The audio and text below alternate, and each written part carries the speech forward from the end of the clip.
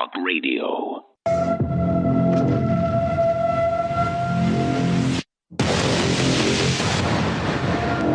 One thing I've always believed about public service, and especially the presidency, is the importance of asking ourselves, have we left the country in better shape than we found it? And tonight, I can say with all my heart, the answer to that question is a resounding yes, because of you. And if you needed any more of a reminder of how out to lunch our government is, let's check in with the Appalachians. And this is where we are today. Shameful. Our workforce persevered through all of the challenges I've just described. John's first snowstorm here underway, and these freezing temperatures really the last thing people in western North Carolina needed. If you see here, people were in these mobile homes. Those floors were torn out by the storm Helene 8 weeks ago. They were moved to hotels by FEMA. Those hotel vouchers for many people have run out, and now they are in tents after 8 weeks after this storm. And they also persevered through a difficult security environment generated by misinformation about FEMA's work spread through social media. The people on FEMA were fearing the Trump houses like they were fearing people with vicious dogs in their backyard. Exactly, and that's based on the trends. We help all survivors, all people, obtain all of the assistance that they are qualified for under the law. If you were going to stay, we cannot guarantee you food and supplies, okay? We can't guarantee that we can come back up here and get you. This is your chance to get out of here. And misinformation was making that work much more difficult. Yeah. And really calling myself out in my own journey of going from being a liberal Quaker and then living in rural Appalachia for 12 years and going through this hurricane and realizing, like, it was not the Democrats that helped me. No. It was hardcore conservative Republicans who had my back without question. They just jumped in and did whatever it took. And that was mind-blowing for me. This is already a tough situation. Many have told me they didn't get the help they expected from FEMA, whether that's a longer hotel stay, an RV to stay in, or just some extra money to offset things. Helene damaged a large stretch of this Swannanoa area, and many homes are considered uninhabitable. So people that are staying in RVs are oftentimes in their own backyard, their cars just sitting broken along the road. Fuel continues to be a major concern as they continue rebuilding walls, trying to stay warm. And the Western Carolina Emergency Network tells me they need kerosene for heaters and gas for generators, but donations are slim. So they're trying to get the word out that people in North Carolina still need a lot of help. Now, besides the physical, there's also the mental. A lot of volunteers telling me that preparing for bad conditions is a sort of PTSD for Helene survivors as well. And we're expecting at most up to a foot of snow in some of the mountainous areas here in Swannanoa, North Carolina. So we've got snow up here today. They're calling for 1 to 3 inches in this area, and up in the higher elevations 5 to 10. Go check on people. We're out in Burnsville right now, laying down some hay for some of these families who lost their homes and are unfortunately living in these tents. Clint over here, as you can see, it is a freaking muddy mess over here. So we're helping them out, getting some of this hay on the ground. Hopefully it'll make it a little more solid for them. Our founding fathers tarred and feathered people for less. This is insane. You're going to tax me in order to fund an emergency management agency. And then when I actually need it, when the hurricane actually comes through or the flood actually comes through, you're going to deny me services that I paid for based upon my political viewpoint. At the very least, there should be monetary compensation to all these folks.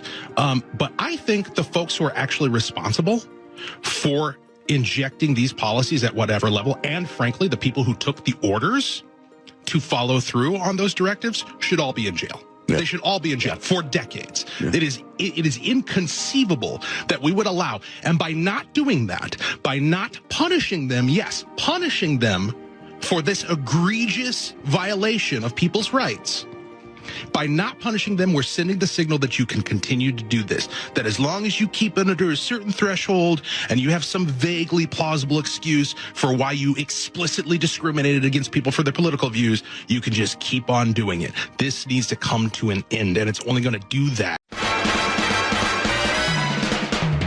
It's Monday, November 25th, in the year of our Lord 2024. And you're listening to The American Journal with your host, Harrison Smith. Watch it live right now at band.video. I think it's time to blow this thing. Get everybody in the stuff together. Okay, 3, 2, 1, let's jam. Good morning, ladies and gentlemen. Welcome to The American Journal. I'm your host, Harrison Smith. Infowars.com, band.video. We are coming to you live this Monday morning, November 25th, 2024. In what could very well, once again, be our final broadcast. I know you're probably sick of hearing that. I'm sick of saying it, frankly. But today, there's a hearing at a court in Houston to determine whether the, in my opinion, criminal proceedings that they called an auction will be allowed to go through, or whether something else will happen.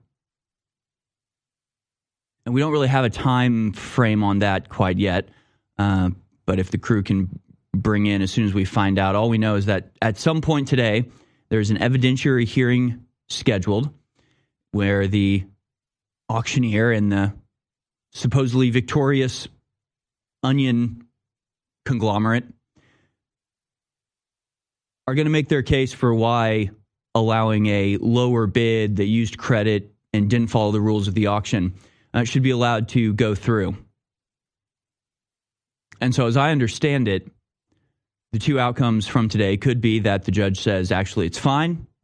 Actually, it's totally fine that the plaintiffs got together with the auctioneers and rigged the election in their favor, or rigged the auction in their favor. Or I guess we'll have to do the auction again. I'm guessing that they would say, okay, we're just going to scrap this and, do it again later. But I really don't know. But we'll let you know whatever happens. And we should know one way or another a little something more about where we go from here. And we'll cover that as the AP is covering it in the Daily Dispatch. But of course, we have news from around the world to get to. I'm going to be joined in studio by WWIII Lyman of Border Hawk News. Talk about some of the immigration crisis that's going on. We also have some new appointees from Donald Trump that are maybe his most disappointing yet. At least it's diverse. At least his cabinet's going to be diverse. I mean, I think, he's got a woman chief of staff. He's got a woman head of the DNI. Lots of women in positions of power. He's got white guys. He's got black guys. But he's really rounded off the diversity spectrum by hiring not just a gay guy, but a gay whale. He actually brought a gay amphibious, a water living mammal into his cabinet in what I consider, frankly, a personal insult. Sebastian Gorka. So we'll get into that a little bit as well today. And I plan on taking your phone calls throughout the second hour of today's show before we are joined by WWIII Lyman in the third. And so for now, let's just get right into it. Here it is, your Daily Dispatch. All right, here it is, folks, your Daily Dispatch for Monday, the 25th of November, 2024. Judge in Alex Jones's bankruptcy to hear arguments on the Onion's bid for InfoWars. A bankruptcy judge is set to hear arguments today, Monday, in conspiracy theorist Alex Jones's effort to stop satirical news outlet The Onion from buying InfoWars and turning it into a parody. Jones alleges fraud and collusion marred the bankruptcy auction in which The Onion was named the winning bidder on November 14th over a company affiliated with him. It's not clear how soon U.S. bankruptcy judge Christopher Lopez in Houston will issue a ruling. He could allow The Onion to move forward with the sale, order a new auction, or name the other bidder as the winner. At stake is whether Jones gets to stay at InfoWars' studio in Austin, Texas, under a new owner friendly to him, or whether he gets kicked out by The Onion. The other bidder, First United American Companies, runs a website in Jones' name that sells nutritional supplements. Regardless, Jones has set up a new studio, websites, and social media accounts that would allow him to keep airing his show. His personal account with 3.3 million followers on social platform X is not part of the sale, although Lopez will be deciding whether it should be included in the liquidation and sold off later. Jones's bankruptcy and the liquidation of his assets came about after he was ordered to pay nearly, well, you know the story. Well, you know the whole story. But there's an interesting twist in this from Infowars.com. Why the case for Elon Musk to buy MSNBC and Infowars is so strong. Alex Jones breaks down the secrets of destroying the woke mind virus and launching the next great renaissance.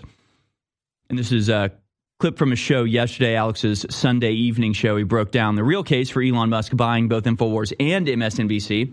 But Elon Musk has tweeted out, hinted at the fact that he might be in the market for buying MSNBC, and maybe he'll hand it over to Infowars, which would be awesome, and I would love it. I think that's a great idea. I really do. Do you know that the MS in MSNBC stands for Microsoft? It's Microsoft NBC, which is why it's such trash. Basically, it's so bad that NBC is cutting it off, like cutting it free. NBC is cutting free MSNBC because basically MSNBC is so despised and hated and untrustworthy that it's affecting NBC shows because people don't want to watch the nightly news because they see NBC, they think MSNBC, they think a bunch of lefty lying idiots and they don't want to watch. So that's just how cancerous the leftist mind virus truly is. Meanwhile, G20's online speech clampdown calls for set to ignite free speech fears. This story from Infowars.com as well. G20 leaders convened in Rio de Janeiro have called for enhanced responsibility and transparency from digital platforms to tackle the growing challenges of, quote, misinformation, disinformation, hate speech, and others in their long list of supposed online harms. The summit's final declaration highlighted the transformative role of digital platforms in global communication, but noted the adverse effects of digital content's rapid spread. It called for increased accountability from platforms to manage speech, which should raise eyebrows among free speech advocates who've heard all of this before. And we'll get back into that. But it's a full spectrum attack on free speech worldwide. Infowars is just the tip of the spear. Meanwhile, Infowars.com, bird flu found in California raw milk. Bird flu has been detected in a batch of raw milk sold by a California farm. Prompting an urgent recall, the California Department of Public Health detected bird flu in a batch of raw milk from Raw Farms LLC in Fresno County. The company's now issued a recall for all milk from batch 2024 from the 9th of November with a best buy date of the 27th. Purchasers have been advised to return the milk to the point of sale, and vendors have been told to remove milk from the affected batch from their shelves. As of yet, no cases of bird flu have been attributed to the milk. There's been no further evidence of contamination. We'll get back into this again as well, but just know bird flu probably made in a lab and released on purpose. Finally, we have this. Father who pled with pediatrician ex-wife not to chemically castrate their son, 9, is dealt a crushing blow. This is sort of the final stage in a long and tragic saga. A Texas father who tried for years to stop his ex-wife from allowing his preteen child, who now identifies as Luna, to be chemically castrated, has been dealt a blow in a California court. Los Angeles Superior Court Judge Mark Juhas ruled that Jeff Younger's ex-wife Ann Gorgulas, Gorgon? She literally has the name of a mythical monster. That's interesting. Would be granted full custody of his 12-year-old son, James, and would be able to allow him to transition. This comes as a blow to Younger, 59, who announced on campaign that he's lost all parental rights over his twins and wished his children goodbye. He was granted supervised visitation, but the father said he won't do that. Younger said he sends letters and gifts to his son, but his ex-wife is not required to make sure the boys receive them. Saying, let my story be a cautionary tale for young men. Fathers have no rights to their children. Do not enter the family law system, he said. California Judge Juhas gave my ex-wife authority to castrate my son, James. Chemical castration involves a child taking puberty-blocking medication to stop sex hormones from being produced. It's not the same as surgical castration, which I imagine is also on the table. So very tragic. It's just a sign of where we are in this country. That's your daily dispatch. It's, absolutely horrifying. It really is horrifying. I think that's where we're going to start today. Instead of looking at some of the hard news from over the weekend, which there is plenty, and we'll get to that. But for some reason today, I stumbled on 2 videos, and I want to show you that I think sort of lay out. I don't know what they lay out. To be honest, I don't know what they lay out. I don't know what the connection is here, but I think you'll get it. I think you'll understand it. I saw a tweet yesterday where it was somebody asking, why are white men so angry? Like, what the hell, you guys? Why are you so, you're on top. Why are you so angry? And it's like, well, the answer is obvious. It's actually disturbing you would have to even ask that. The answer is that our homelands are being invaded and we're being called the bad guys. It's really not that complicated. And even more than that, white men, or just men in general, over the age of 30, can actually still remember a time when everything wasn't insane and terrible. And we're mad that that doesn't exist anymore. And it's frankly insulting and massively disrespectful that people would even ask the question. Because they know perfectly well. It's obvious, and it is like you can't even pretend not to know what's happening. And they do pretend not to know what's happening until a certain point, at which point the mask falls. It's just completely absurd to be, deliberately destroying nations, demonizing and insulting and discriminating against one type of people, and looking at that type of person and going, well, why are you so mad? What are you so mad about? It's like, you know perfectly well what we're mad about. Shut the hell up.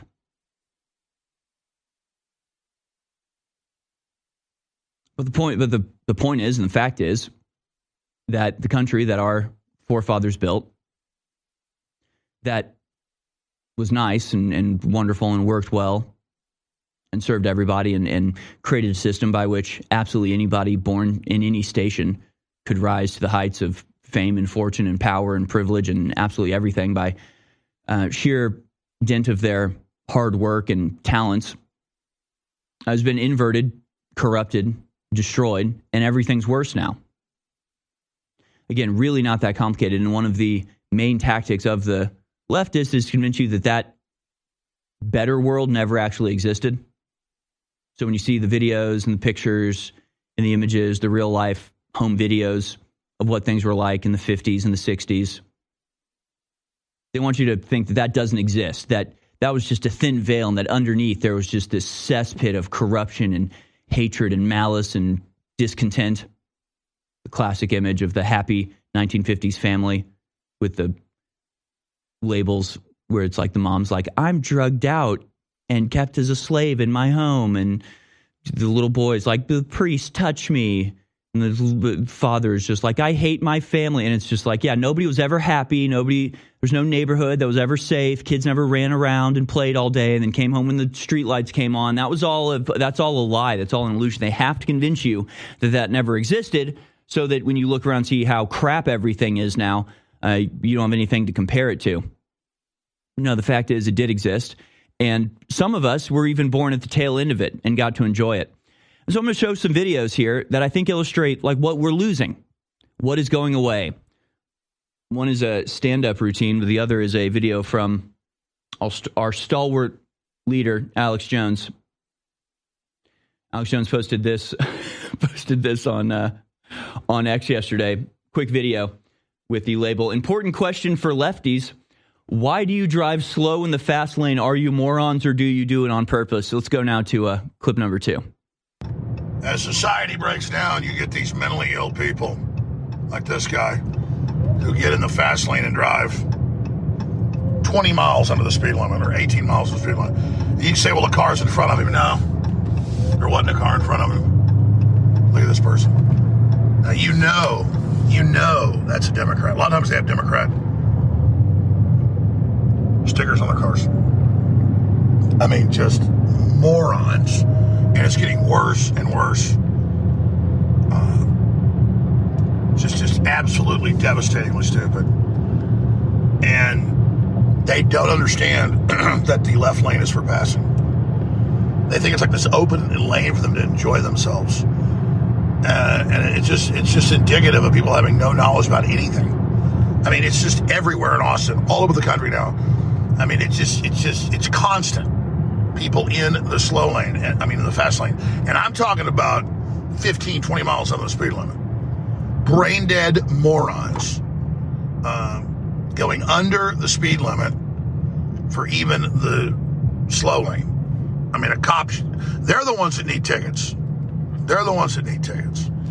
But that's spiritually indicative of what they do. They hold back society. They sabotage innovation. You know, no money for space travel, but lots of money to cut little boys' penises off. And, you know, $15 million grants to study shrimp on treadmills. You think I'm joking? I'm not. So,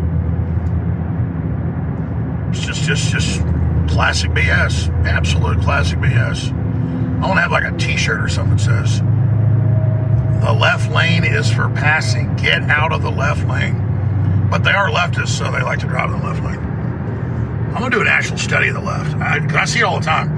It's always some stupid moron leftist. Half the time they've got a Democrat sticker on their car. I mean, these people are just so stupid. They took all the poison shots, thought it would make them safe, erase their immune system. Because Maddow told them you couldn't spread it and couldn't get it. He took it. Just all lies. They're just a cult of idiots. A cult of idiots. I love it. And there's the shrimp. There's Super Shrimp running on the treadmill. I have a feeling there's two types of reaction to that video. One is the lefty reaction of just like, wow, this is so insane. Those right-wingers are so insane. Someone drives slow in the left lane and suddenly it's a big conspiracy from leftists that leftists are stupid. Gee, way to take that out of...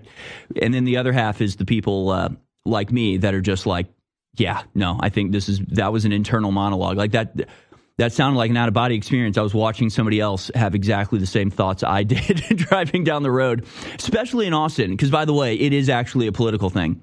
By the way, it's actually true. It is a political thing. I think it has to. It's like the more lefty your city is, the worse the traffic is. Just strictly because people don't drive the speed limit every single day. Happened to me on the way here. That's why it was so funny. As I am watching that video before I leave my house. And on the way, I'm like stuck behind somebody going 25 miles an hour under the speed limit on the freeway. You're just like, oh yeah.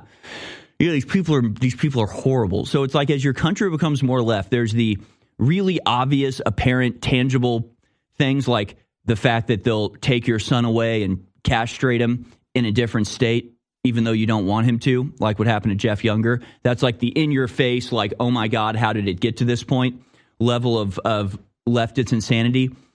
But you only get but by the time you're there, your life, whether you recognize it or not, is just replete with disruptions everywhere.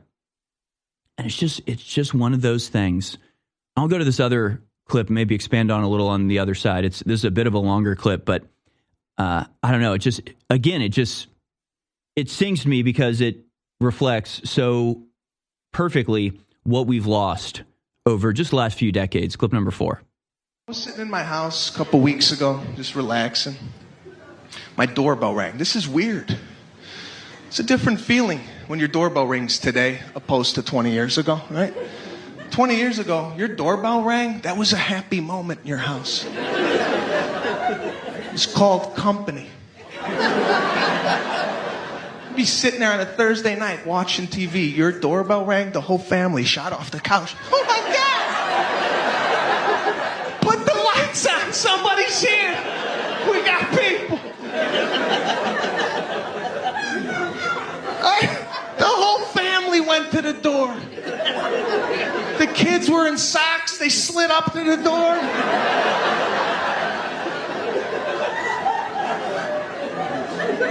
Nobody looked to see who it was.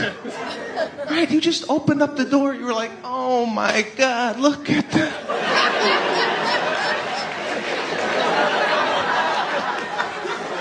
Look at who's here. And you'd ask them, what the hell are you doing here? And the person would be like, I was in the neighborhood. I thought I might stop by, see how the kids are doing. They're like, oh, come on in. We're going to have some cake. Your mother had a little Entenmann's. Maybe some Sara Lee crumble cake. Just in case company came over. She made an announcement when she bought it. She's like, listen, nobody touch this cake. This is for company only. Those crap muffins, those are for you people. You better hope to God somebody comes over so we can cut the cake.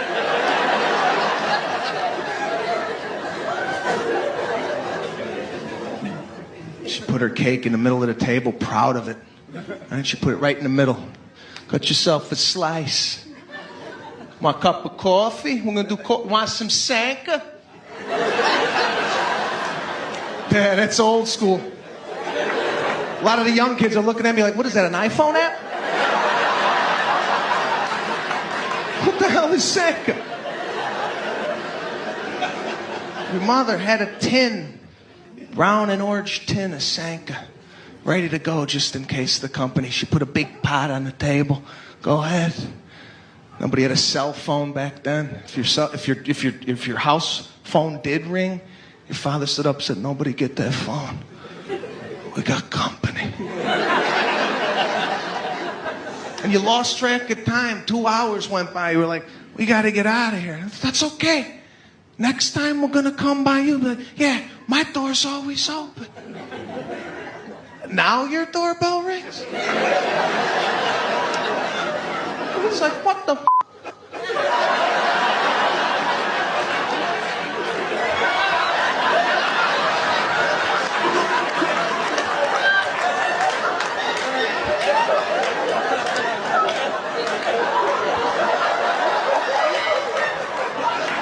All right, your own mother's crawling across the kitchen floor. Get down, my army crawl. Army crawl, get in the closet. Go get the sword in the living room. Somebody get the sword underneath the couch in the living room. There's a sword. All right, you have to turn and ask your family, you invite anybody over? You invite anybody over?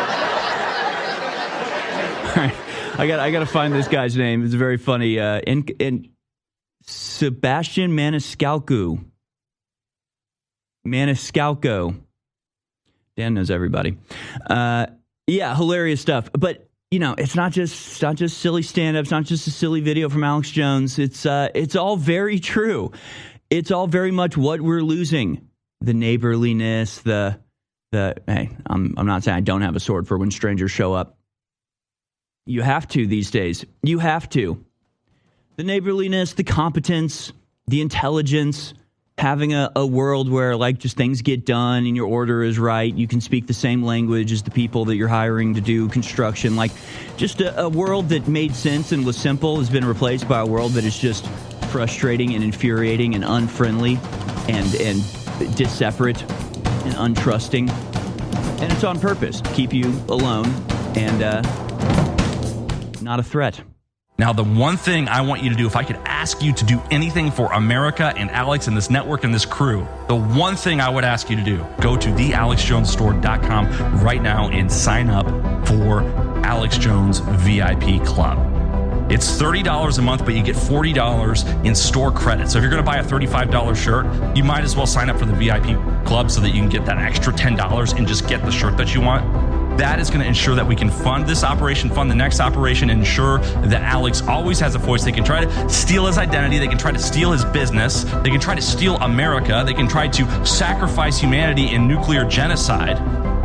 But if you go to thealexjonesstore.com and sign up for Alex Jones VIP Club, they'll never take away our voice. They'll never take away our freedom. They'll never take away free speech, and we can save America together. Please go now and be the reason Alex Jones will always be on the air.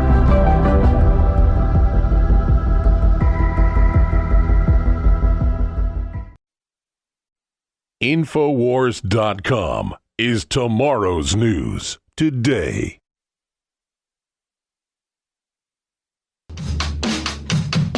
You're tuned in to the American Journal with your host, Harrison Smith. Watch it live right now at band.video. Welcome back, folks. This is the American Journal. I'm your host, Harrison Smith. We'll be joined by Whit Lyman in the third hour. We're awaiting an update. Not sure when court starts, but I imagine we'll know in probably 30 minutes. We'll at least have a timetable of when the hearing will occur today. Stories on the AP. Judge in Alex Jones's bankruptcy to hear arguments on the Onion's bid for InfoWars. It's not clear how soon the U.S. bankruptcy judge Christopher Lopez will issue a ruling, but he could determine whether the auction goes through and were purchased by the Onion, or whether the actual winner of the auction with the bigger bid takes control, or if they set up some sort of new auction. We are yet again, we await our fate in the hands of the court, whose decisions, as far as I can tell, are utterly unpredictable. So we'll keep you up to date on that, but it could very well be that we have a repeat of last Thursday, or Thursday before,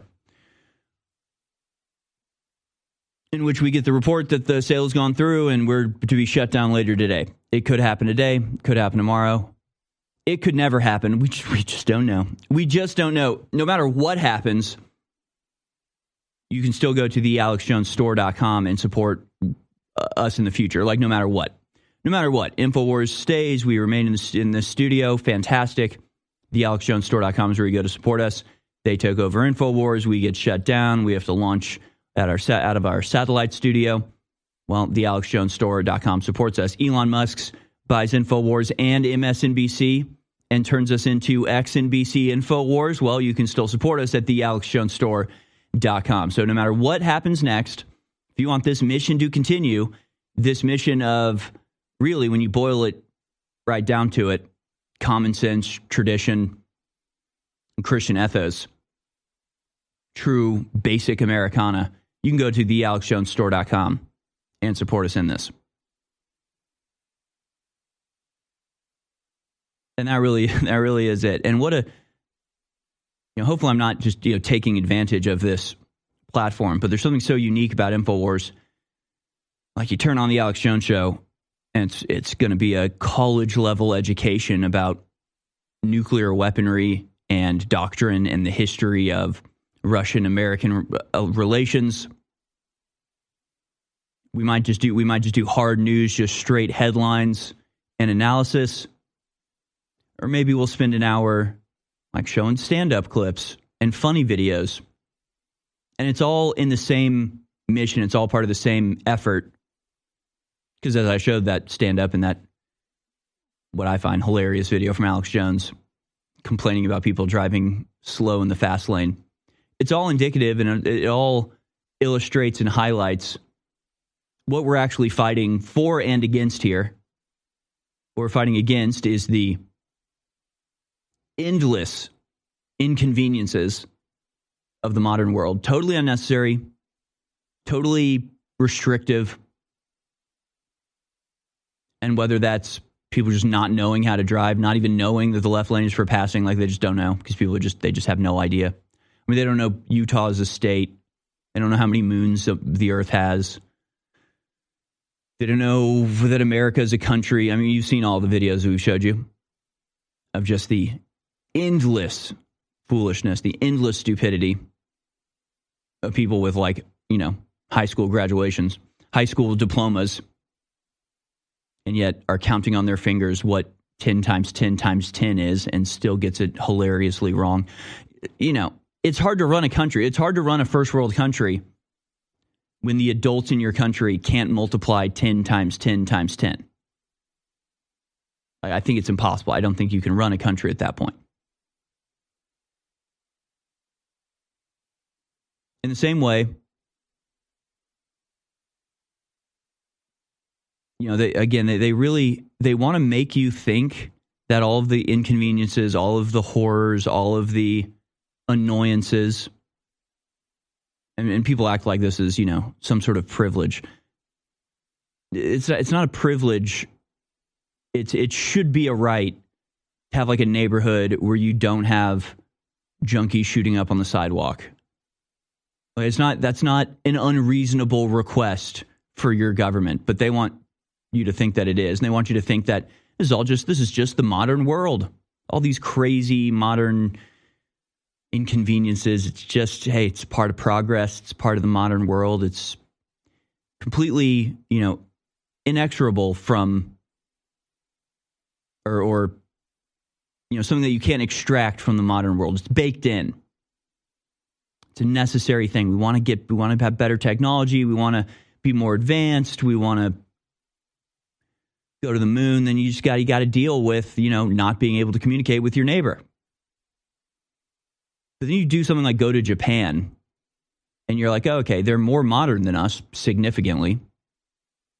And they don't have any of the problems that we have in America. And you realize this isn't impossible. It's not just inevitable that the more advanced you get, the crazier and more inconvenient everything becomes. It's just a product of the choices that we're making, what we're prioritizing, and the fact that we are not humble. I think really goes back to, pride, to be honest with you.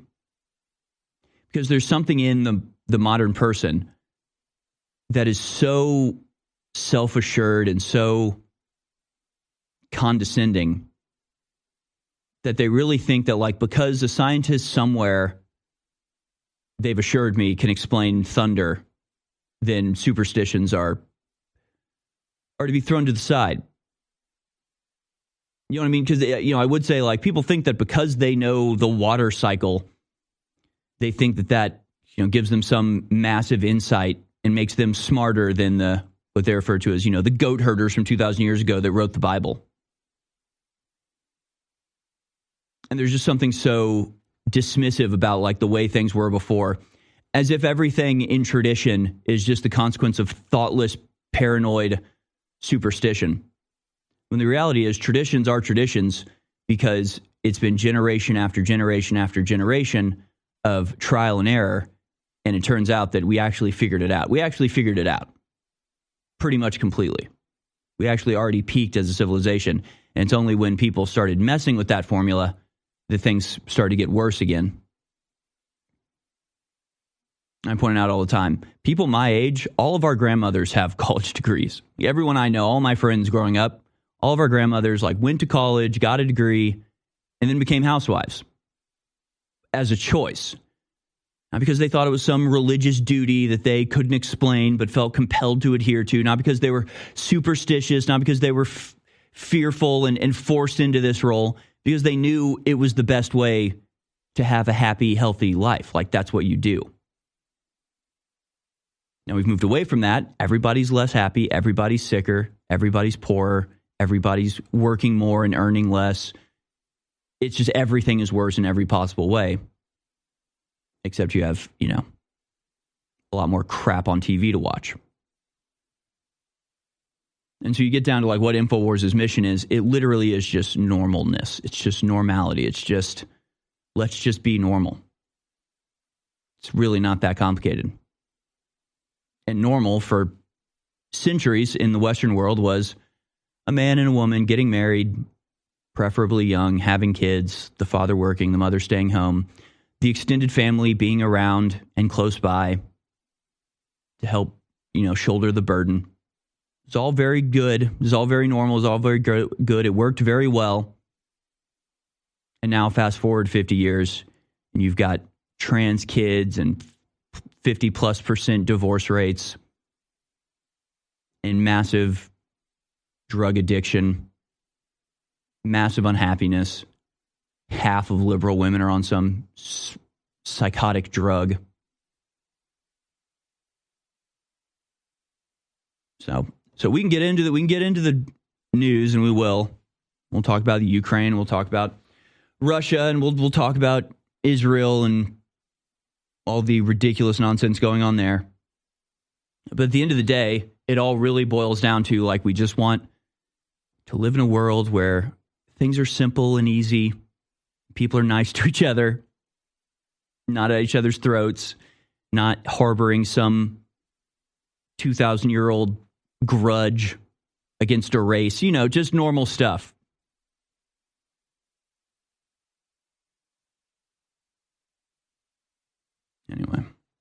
Anyway, we'll get into the news now.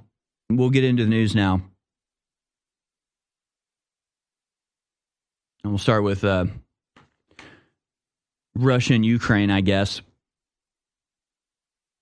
Although I have a bunch of other stuff. I guess while we're at it, I guess while we're talking about just complete, utter insanity, and it's really hard to even fathom how far we've fallen. UK plan gives gender-confused women and lesbians priority for IVF over heterosexual couples. If 25 years ago, social conservatives had sat down, brainstormed, and attempted to come up with a headline that encapsulated the moral and social chaos brought about by the sexual revolution, I doubt they could have done better than this one, published by Daily Mail on November 16th. Trans men and lesbians would get IVF priority 2 years ahead of heterosexual couples under NHS plan. According to the report, the UK's National Health Service has put forward plans that will give trans men and lesbians access to NHS-funded IVF 2 years ahead of heterosexual couples. Trans men, of course, are women who identify as men and thus can theoretically become pregnant, assuming that cross-sex hormones and other drugs haven't rendered them infertile. And to add insult to injury, the NHS plan also prioritizes single mothers over married couples, although it's not explained why single motherhood should be a social aspiration of the state. Grossly discriminatory, it's calling. It's not just grossly discriminatory, it's grossly discriminatory in the wrong direction. I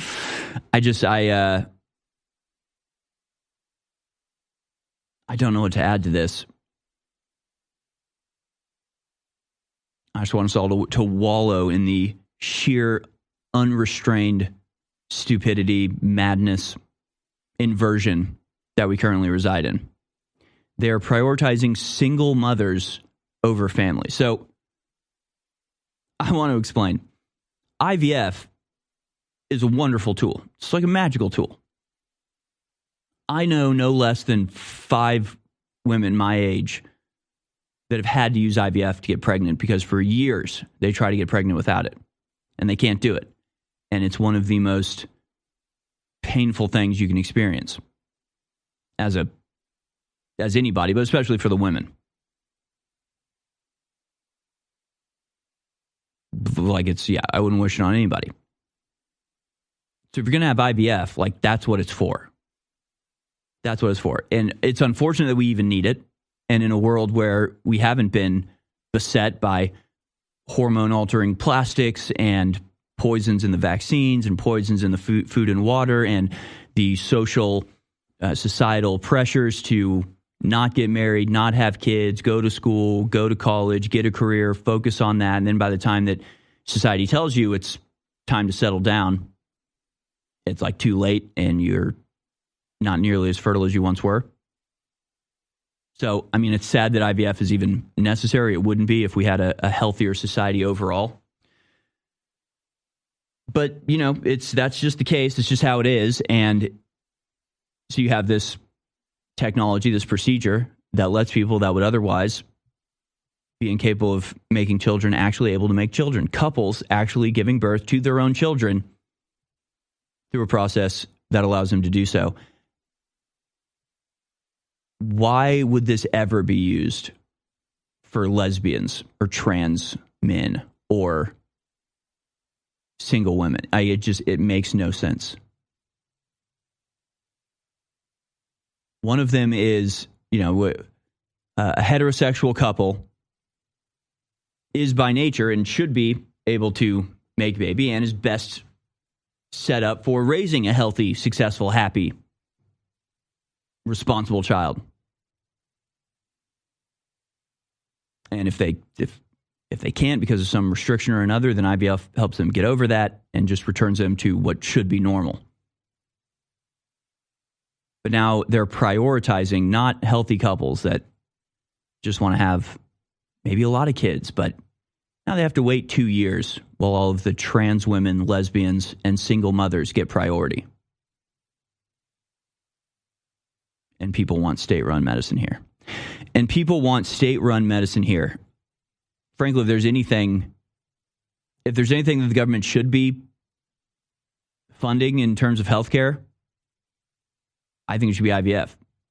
I think it should absolutely be IVF. Massachusetts will pay for your IVF. If you live in Massachusetts, if If you're hearing my voice and you live in Massachusetts and you like maybe you don't know this, you can get IVF treatment paid for by the government, which is a great thing. My nephew is alive because Massachusetts paid for him to be born, basically. That's a beautiful thing.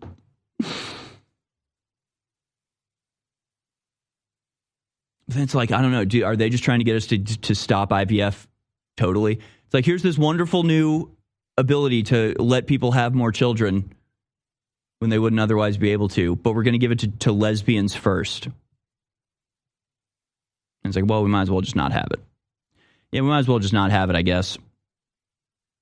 In short, the state is facilitating and funding the procuring of children for those who cannot have a baby naturally, according to the Mail. Which again, it's like if you're a couple and you're trying to have a kid and you're failing, it's like brutal and depressing and horrific. If you're a lesbian, it shouldn't be that surprising. It shouldn't be that difficult to figure out why you're not able to have a baby. Just like if you're a single woman, it's like, well, the reason you don't have a baby is because you haven't done the thing necessary to create a baby. So why are we giving you the shortcut? That just makes no sense. But nothing does. Speaking of Massachusetts, should we go to clip number 7? Or maybe we'll save that for later because we're going to be joined by WWIII. That's an immigration video. I guess while we're on the topic of just sheer, unrepentant, unrestrained insanity having to do with sexuality and children. Do you know where I'm going with this? Dr. Lindsay Doe has amassed a following over 1 million people on TikTok. This was posted by Libs of TikTok. Everybody sees this video and comments on her eyes, and you'll know why. She looks insane. She looks like a pit bull that's about to attack.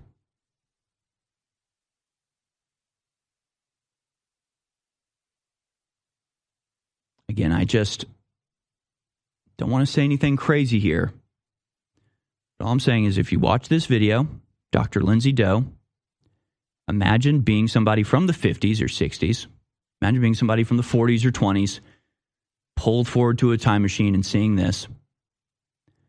Any normal person's reaction to this video would be that whatever society produced the person in this video is unworthy of existence and really a danger to humanity as a whole and has to be burned down to ashes and not rebuilt ever, because clearly something went horribly wrong, and this should serve as a lesson to everybody in the future never to travel down this path. I don't understand how we got, well, I do kind of understand how we got here. I don't understand how we remain here and how so many people can see a video like this and think it's normal. This woman has 1 million followers. Let's watch Lindsay Doe. .org. It's short for virtuous pedophiles. Not virtuous as in they're better than everyone because they're attracted to children, but virtuous like having moral standards and a sexual orientation that they have no control over, like the rest of us. Before you get all worked up, I'm talking about pedophilia, not child molestation or rape. Pedophilia is the sexual attraction to children. It's a paraphilia. There's a link to more information about it in the description. Videos I've made in the past explaining the kind of human diversity and development. Molestation and rape are different. These are abusive actions that often have nothing to do with attraction. Many child abusers are actually sexually attracted to adults, but they act out on children. Meaning you probably don't object to pedophiles because you're compassionate and rational, but you may loathe child molesters and rapists because they violate people. I personally try not to judge either.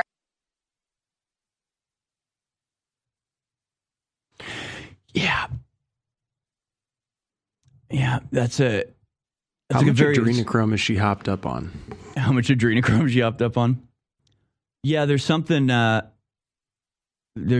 I mean, it's a well-known thing. You look for it in dogs. You know, it's what they do before they attack. They go real still, pick their head up, and you can see the whites of their eyes over their pupils.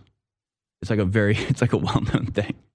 There are old drawings from old books about the sort of stuff where it's like when you can see the whites of their eyes over their pupils, that's a sign of psychotic behavior. That's a sign of a disordered brain.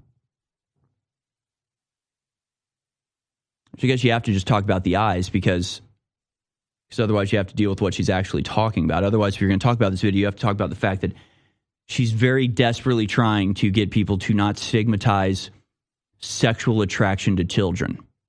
Do you see where we're going with all this? Do you see where this society is headed? Yeah, no, maybe we're the crazy ones. Then again, it all seems to come back to this, doesn't it? It always seems to come back to this because what we're dealing with is the horrific abuse and total despoilment of innocence as a concept of children and their simplicity being seen as something bad and to be corrected. It's really sick stuff. And yet, whether you're talking about official corruption in Washington, D.C., or, sexual revolution, what's being taught in academia, which I'm sure that woman there is like teaching a course in Harvard or something where, the greatest minds of our generation are being schooled in how to be understanding and empathetic with pedophiles. Or if you talk about illegal immigration, well, one of the number one crimes of illegal immigration is the sexual abuse of children, the trafficking of children, the fact that 320,000 children have gone missing in the last few years from the immigration system. And now we have this video, clip number 7, from, again, in Massachusetts, illegal aliens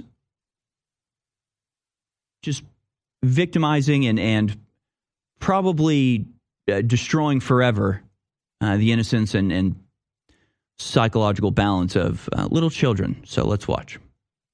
So Governor Healy in Massachusetts has welcomed tens of thousands of illegals into her state and has, quote unquote, said that she is going to do everything in her power to fight back against Trump's deportation plan.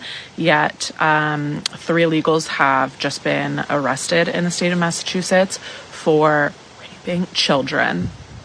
39 children. Why is this not on the front page of every news? 39 crimes against children because of the people we've let into our country illegally. Disgusting. People that the governor of Massachusetts and the mayor of Denver and the governor of California are basically risking civil war to defend and protect and allow to continue to stay in this country. 39 children. That's 39 lives largely destroyed. Have you ever seen what happens to somebody who is horrifically and violently abused, especially by a stranger as a child? Like, they really never recover. So you've got 3 illegal immigrants committing 39 horrific, life-changing, what should face capital punishment crimes against children in Massachusetts, let in by our government. In any society throughout all of history, if one kid gets abused by a population, that entire population is kicked out or killed.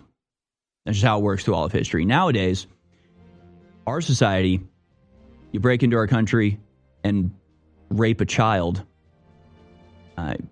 we make sure to give you the psychiatric care that you need and make sure that your life is comfortable for all of time as you, probably get a 3-year sentence and then are out again with citizenship to boot. It's sick and twisted and wrong. By the way, I have an update as to the hearing today. I'll bring you that on the other side. We'll take your calls throughout the second hour. Stay with us. It's American Journal. I talk a lot about the great successes InfoWars has had. I don't think anybody can deny it.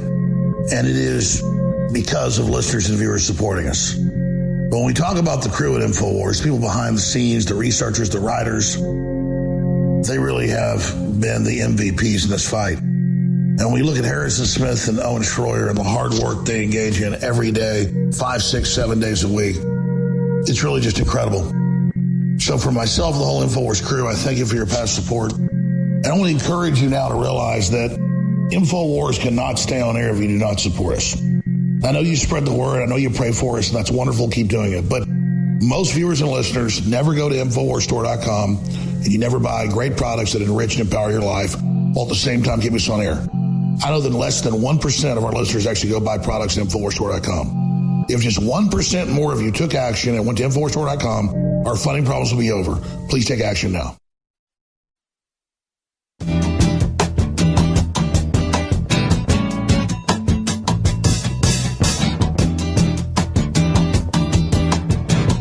Rumors of my death have been greatly exaggerated. This is a time bomb. Now, 8 days ago, every corporate media channel basically in the world, cowardly pieces of garbage, it's reported InfoWars was closed and sold to The Onion. We know what you're doing. Now, that wasn't true. Bunch of cowards. You thug scum. Does that really upset you? Coming for you! Coming for you! That they did that, and now we've been back in the building for 7 days. The judge said the sale didn't go through, and I'm suing them. We're going to beat your ass! And there's big evidentiary hearings coming up. They're going to get in some serious trouble if there's any justice. We'll stomp your head in if you start a fight with me. Now, I thought it was a huge victory we got back in the building. They'll all be destroyed. I thought it was a huge victory the judge said the sale didn't go through because it wasn't a real auction. We know what you're doing. But then I looked at the numbers. InfoWarsStore.com is down now about 80%. Even if we get InfoWars back, which it looks like we will, we'll shut down because people think we're closed. An attack on the species by a guild of psychopaths, and they must be defeated. Then I'm like, well, that's okay. We got the AlexJonesStore.com. Great sponsor.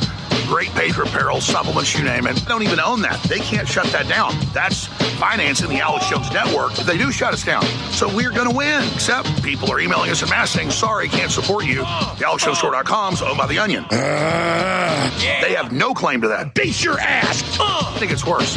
My dad's supplement companies have AlexJonesNaturals.com. He's seen his sales cut right in half. This is a time bomb. And people hate the left so much and the Onion so much, they're like, we're not giving that money if it goes to them. Yeah. None of it goes to them. But if I can't get a message through to people that I'm still on air, just please help me, that my sponsors aren't owned by them, and they're going to win. Big tough guy, buddy, you just rammed into me? Ah, how do you like that? Yeah. You want them to shut me down? I was getting the support we needed, and now because of these damn deceptive people. It's a damn death cult. Some people just thought, well, he's gone, that's it. If people will just wake up to that, we will not just continue on, we will thrive. Don't call it a comeback. Alex Jones Network at AJN Live on X.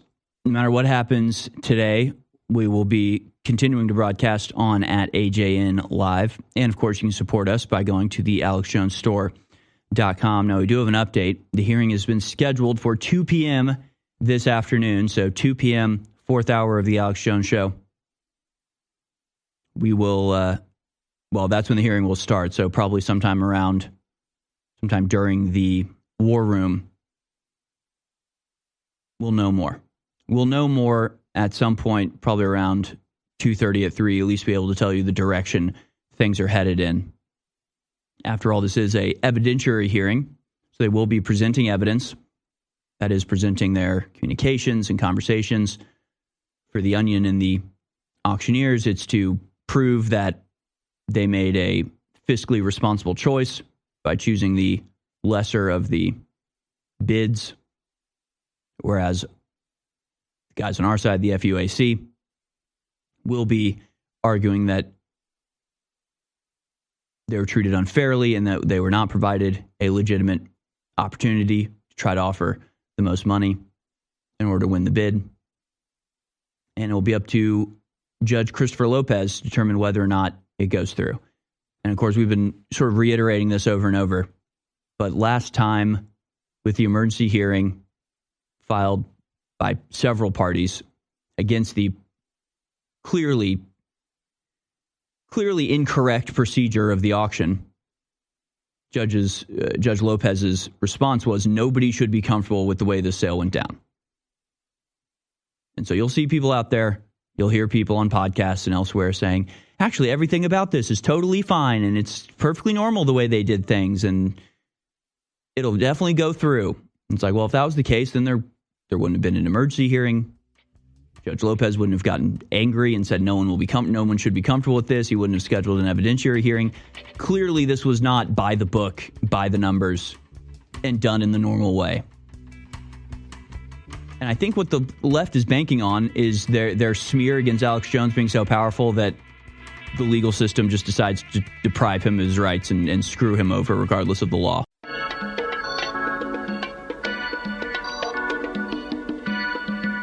Taking a record of the hearts and minds of the American people, it's the American Journal with your host, Harrison Smith.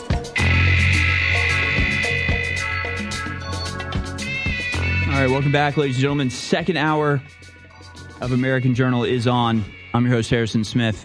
Infowars.com, band.video, thealexjonessstore.com is how you keep us on the air. Follow me at Harrison H. Smith on X. At Harrison H. Smith, you can go to moonbase.show, find links to everything. Because it could be that by this afternoon, Infowars is shut down again, and we're doing Moonbase in the mornings on Tuesday. We'll see. If we are allowed to stay on the air through Thanksgiving, I won't be here either way, because Maria Z is going to sit in for me Tuesday and Wednesday, tomorrow and the day after. So regardless, this will be my last episode for a little while, but we could just hope that the sale doesn't go through and either we get to retain InfoWars or it's rescheduled. The whole auction thing is rescheduled for later. Regardless, it's been nice to have this bit of reprieve. And I'm going to open up the phone lines for your calls. This hour, we'll be joined by Wid Lyman in studio. Next hour, we'll be talking a lot about immigration, which has to be the number one issue to save this country. And that's one thing. We have another video from Alex Jones talking about the InfoWars sale. So maybe we'll go to that here. But I gotta talk about the blackpilling from the Trump supporters, supposed Trump, the non-Trump supporters, I would consider traitors in our ranks, acting like a friend but working as a spy.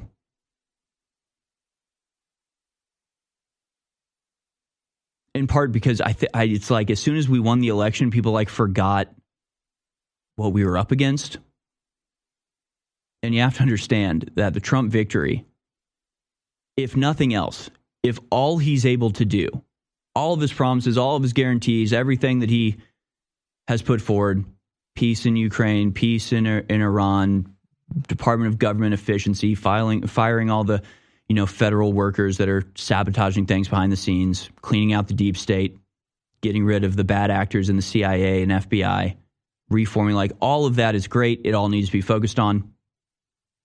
If nothing else, if all he does is diminish the inflow of illegal immigrants to a level that at least it was at before Kamala and Joe got in, and deportations, large-scale deportations, if that's all he does, it still will be a miraculous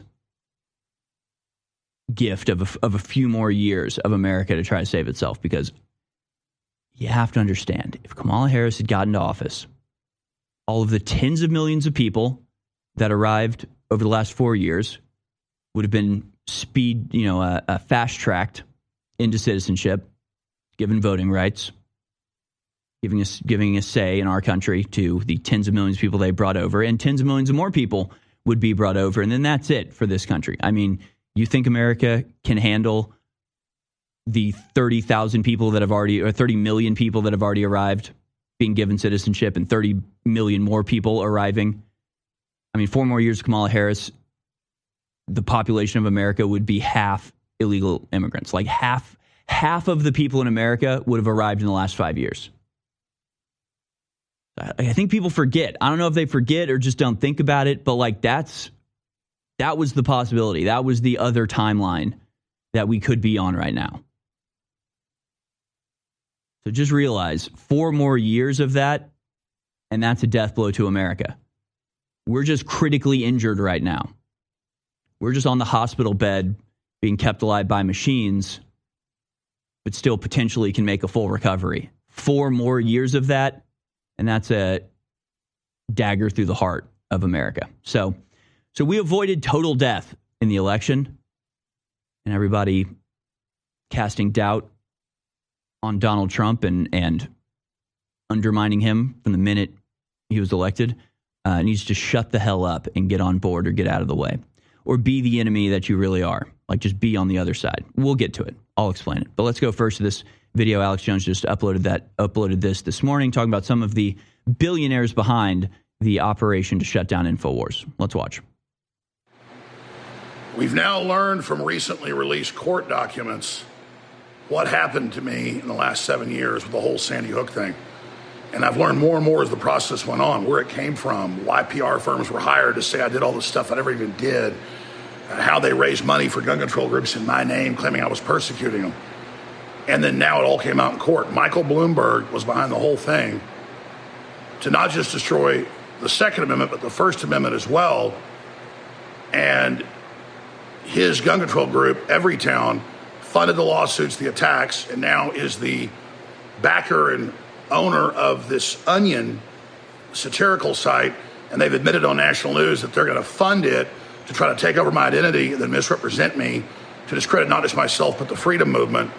And that's what they've done the whole time, is basically steal my identity and to try to take me off air and then go and create a straw man of who I am to demonize Trump and Trump supporters and populists and just anti-globalists. But they even put in their fake bid that, of course, failed a few weeks ago. Now there's a major court investigation that part of the money from the Onion that's made off InfoWars will go to them, and that Bloomberg's the main backer that funds the Onion, so then that goes to the people that were his front group for suing me. So this is a conspiracy against rights. It's a major civil rights violation. I've got top lawyers on it, and Bloomberg's very arrogant and thought he'd get away with this, but, little Michael Bloomberg and his little baby feet is up against the American people in the Great Awakening and the Fourth Turning. So keep praying for us, folks. We're going to fight through this.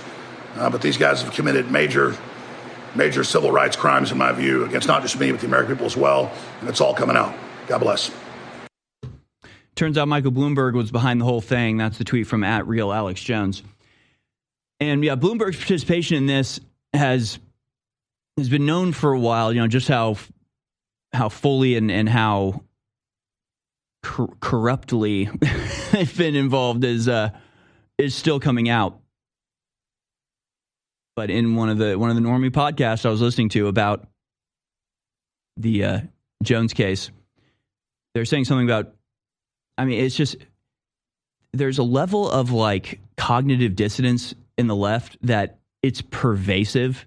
It's like ubiquitous. It's like just in every one of their statements, there's some bizarre angle to it. I've talked a little bit about it. You hear the normie mainstream media broadcasts about the sale of InfoWars, and like they're so dismissive and hateful of Alex Jones and the concept of conspiracy theories, right? They just think like the idea of a conspiracy happening is absurd, and Alex Jones should really have his life destroyed and maybe be killed because he dares to suggest that such things exist, while simultaneously saying, well, the judge is a Trump appointee, so obviously he's in cahoots with the conservatives to give Alex Jones leniency in his trial. And they just say it with no irony, right? There's like, conspiracy theories are dangerous, and everyone who traffics in them should be sued out of existence, and their children's inheritance should be taken and given to who they say is in a conspiracy. But also that's not happening because the judge is secretly in cahoots with the Jones people, and they're working to enslave black people because they vote for Trump. And it's like, do you hear yourself at all? Are you listening to yourself? Is anything, like when you say one thing, do you forget that you said that in the next sentence? I don't understand how you can be so hilariously inconsistent. And one of the things they talked about was how Alex Jones talked about Soros being behind some of the attacks against him. And the podcast host was like, actually, it's Michael Bloomberg, but it doesn't matter because Soros he's just a stand-in for the global Jewish conspiracy that everyone thinks is, or that Alex Jones, tells his audience is doing. And it's like, okay, first of all, clearly have never listened to Alex Jones. Probably the number one criticism of InfoWars I see online is that we don't blame everything on a global Jewish conspiracy. Michael Bloomberg is, of course, another Jewish billionaire, so there is that. So there is a bit of irony there. And then in that exact same episode, minutes later, they're talking about the, what's actually for sale at InfoWars. And they're like, all of the information on the computers, that's going to be, that's what's really valuable, because that's what Media Matters is going to get their hands on and be able to go through and find out, what these people say to each other internally. It's like, oh, Media Matters. Who funds Media Matters again? Sorry, remind me again who it is that funds and operates Media Matters. Is it George Soros? Is that who you're talking about?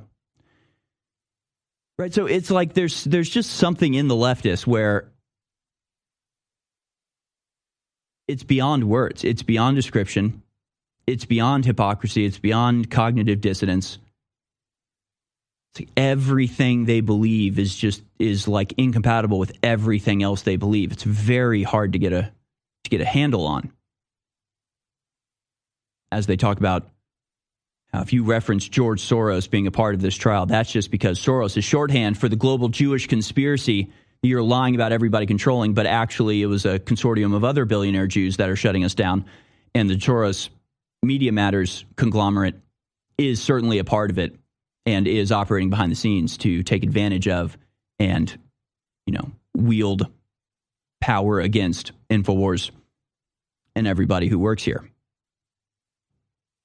But it's crazy to say it. But you're the crazy one. You deserve to be shut down for pointing out who it is that's behind all of this crap. I did this on Moonbase last week, but I figured I'd do it here. I was going to cut it out at one point, but whatever. So I want to show you a quick example. We're just going to do this live here, and you can do it at home. You can follow along at home. This will be a participation activity. Go to Google, search Alex Jones, Sandy Hook, and I put Alex Jones in quotations, just so it gets that exact phrase. Go to the news tab, click the date drop-down list, go to custom date, and here I put it from January 1st, 2013, so that would have been 2 weeks after Sandy Hook occurred, to January 1st, 2016, and I searched Alex Jones Sandy Hook. And what you'll find is that all of the news from the Google archives from 2013 to 2016, and Alex Jones is not in a single headline anywhere. Donald Trump praises leading conspiracy theorist Alex Jones and his amazing reputation. So there they actually mention Alex Jones, but not Sandy Hook, Newtown victims' families, Orange is the New Black recap. Like, there's just nothing. There's just, from 2013, 2016, there's not a single headline or a single story actually, about Alex Jones being related to Sandy Hook. Sandy Hook massacre, details emerged, demolition of Sandy Hook underway, Sandy Hook Memorial stops in Augusta, balloons could bring internet to hard-to-access places. So just nowhere, just not a single one. There's Alex Jones on Boston bomb blasts. It's a different thing. So there's not a single headline in 2013, 2016 about Alex Jones and Sandy Hook. Not a single one. Now, then you change the parameters from January 1st, 2016 to January 1st, 2020, and suddenly there's thousands. Suddenly there's thousands. And it just goes on and on and on. It was only in 2016 that anybody decided to relate Alex Jones to the Sandy Hook conspiracy. Okay, and there's, 20 pages of this. It just goes on and on and on. But the interesting thing is that when you get to sort of the end of these results, and I sorted them by date, so as we move back, we should be going back in time. And what you find is that the first story relating Alex Jones to Sandy Hook was literally 1 week after the election in 2016. 1 week after the election in 2016, and you have GQ publishing Sandy Hook truther Alex Jones says he got a nice thank you call from the president-elect. So for the first time at that point, it had been 3-4 years since the massacre took place. And 1 week after Donald Trump wins the election, they decide that it's a political attack associating Donald Trump, right? It was more of an attack against Donald Trump this headline, this GQ story. Sandy Hook truther Alex Jones says he got a nice thank you call from Donald Trump. So never once in the 4 years following the massacres, Alex Jones and Sandy Hook included in a single headline together. And it's only 1 week after the election that GQ decides an attack vector on Donald Trump will be to go after Alex Jones in association with Sandy Hook. And then it was 1 day after that, daughter of Sandy Hook victim demands Donald Trump disown Alex Jones. So I just want to impress upon you what's actually behind this whole thing. If Alex Jones had been a terror of the Sandy Hook families, we probably would have seen a headline about that at any point, 2013, 2014, 2015, or 2016, but nothing until the week after the election when they decided that a good attack vector on Donald Trump and a way to discredit and try to eliminate alternative, uncontrolled, non-mainstream media sources was to associate Alex Jones with Donald Trump and Alex Jones with Sandy Hook. And within a week, there were dozens of headlines.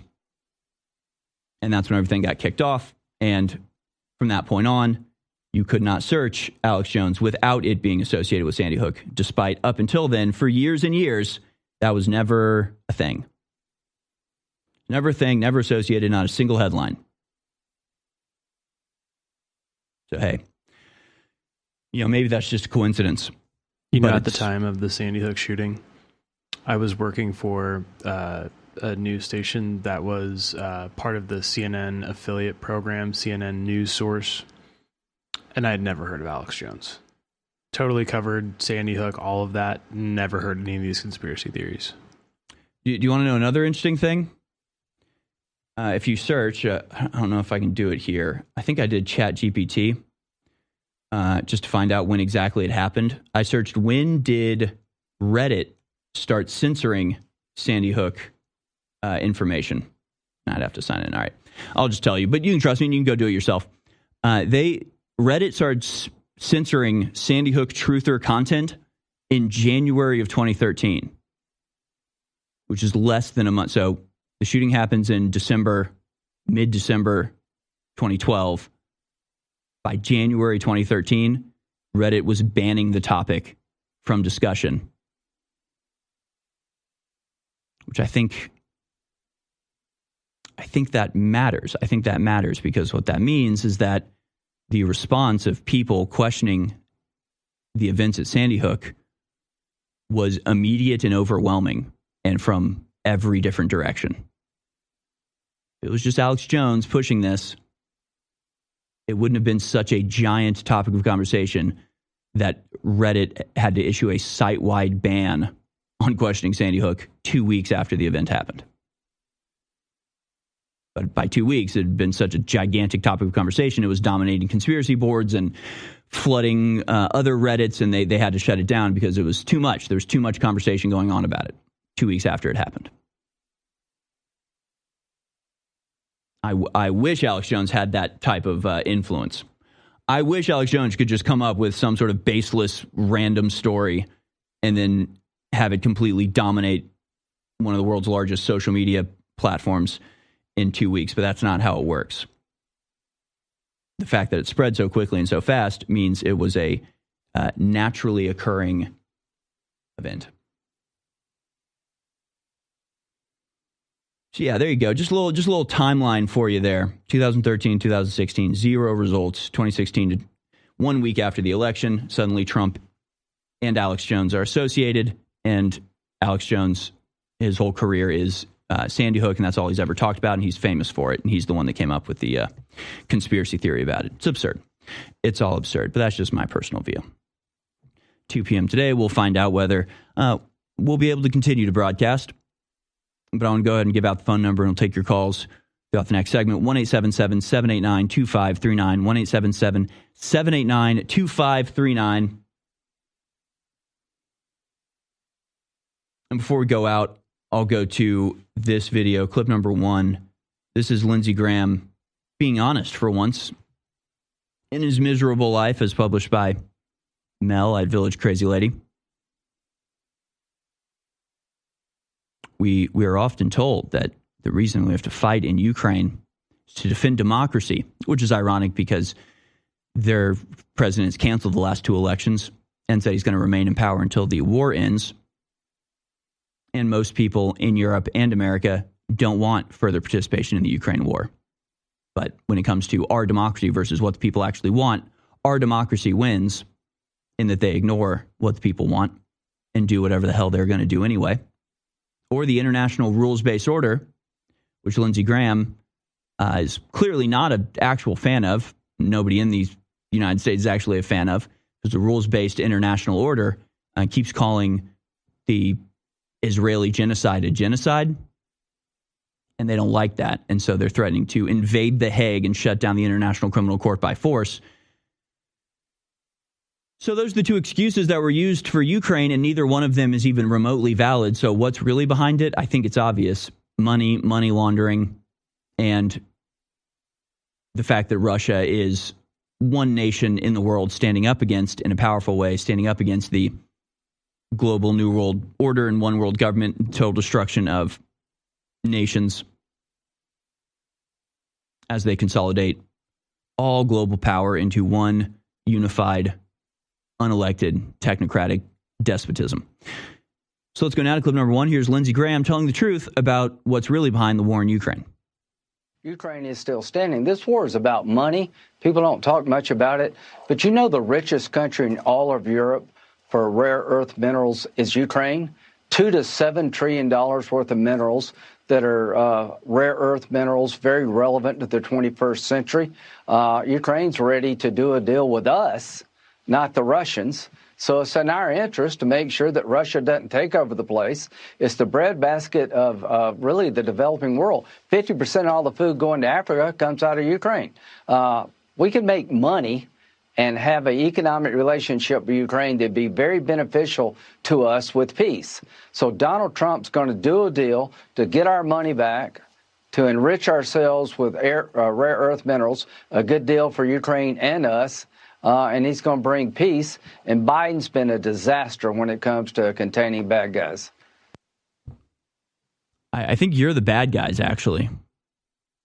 Now, I'm pretty sure you just admitted to being the bad guys, so it's nice you've admitted it. It's all about money. So, I mean, it's just, so we're going to start World War III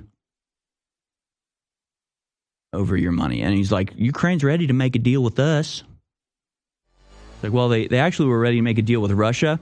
And then you launched a coup and ousted their president and started a campaign of terror against the people that wanted to stay with Russia. So it's all about money. So I guess your sons and daughters might have to go, die on some godforsaken field of mud in Europe because Lindsey Graham needs more money. That's what he's telling us. Great. As you can see, I'm not just MAGA, I'm dark MAGA. A few weeks ago, when I saw Elon Musk in Pennsylvania with Trump at Butler, and he had that dark MAGA hat on, I said, we've got to have our own.